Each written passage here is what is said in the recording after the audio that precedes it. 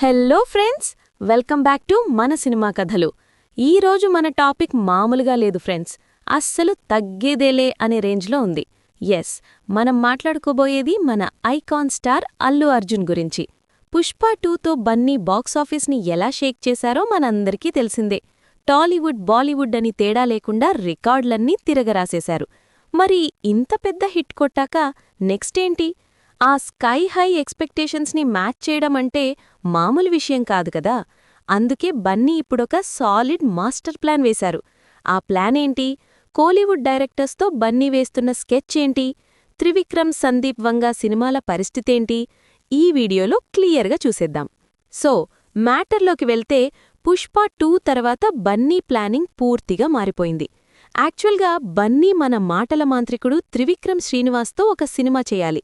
కానీ త్రివిక్రమ్ గారికి pan India రేంజ్లో ఎక్స్పీరియన్స్ తక్కువ కాబట్టి ఆ ప్రాజెక్ట్ని కాసేపు హోల్డ్లో పెట్టి డైరెక్ట్గా కోలీవుడ్ సెన్సేషన్ అట్లీతో చేతులు కలిపారు.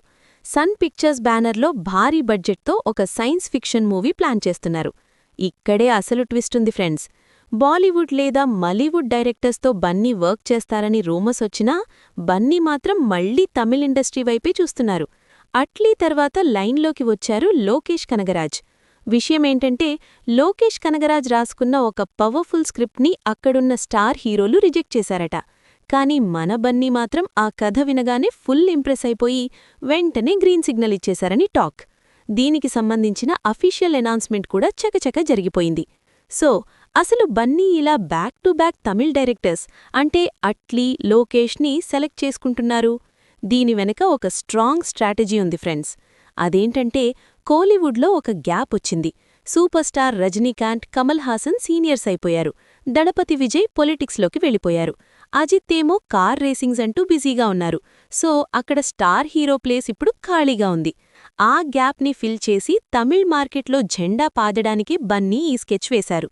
అక్కడి హీరోలు మన దగ్గర మార్కెట్ క్రియేట్ చేసుకున్నప్పుడు మన హీరోలు అక్కడెందుకు రూల్ చేయకూడదు అనే ఒక ఛాలెంజ్ని బన్నీ తీసుకున్నట్లు క్లియర్గా అర్థమవుతోంది.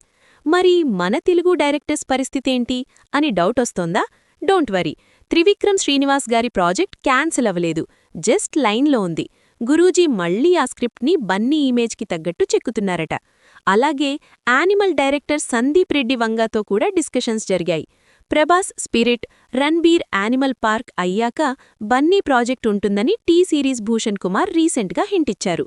సో అటు అట్లీ, ఇటు లోకేష్, మధ్యలో త్రివిక్రమ్, ఆ తర్వాత సందీప్ వంగ, వీటన్నిటికీ తోడు పుష్ప 3 ఉండనే ఉంది.